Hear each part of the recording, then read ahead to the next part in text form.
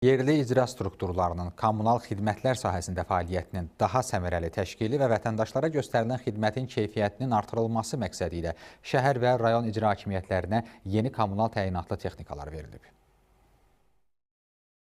Naxçıvan Muxtar Respublikasının sosial-iqtisadi inkişafına dair 2023-2027-ci illər üçün dövlət proqramının icrası çərçivəsində yerli icra strukturlarının maddi-texniki bazası gücləndirilib.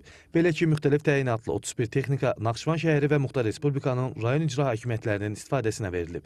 Təqdim edilən kommunal təyinatlı texnikalar müasir standartlara cavab verir və çoxfunksiyalı imkanlara malikdir.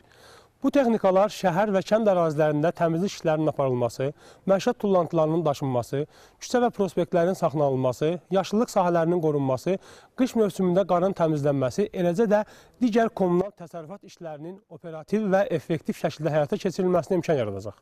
Bu nəqliyyat vasitələrinin siyahısına yük maşını, su maşını, tullantı daşıyan maşınlar, kran manipulyator, ekskavator yükləyici, pikap markalı xidməti maşın, sərnişin və yük nəqliyyat vasitələri daxildir. Bu texnikalar şəhərimizdə görülən işləri daha da sürətləndirəcək, daha da operativ hala gətirəcək.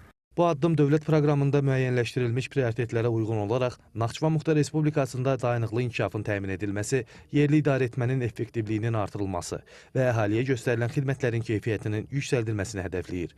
Sahil Əliyev, Atabək Səyyad, Asil Fətəliyev, NTV Xəbər.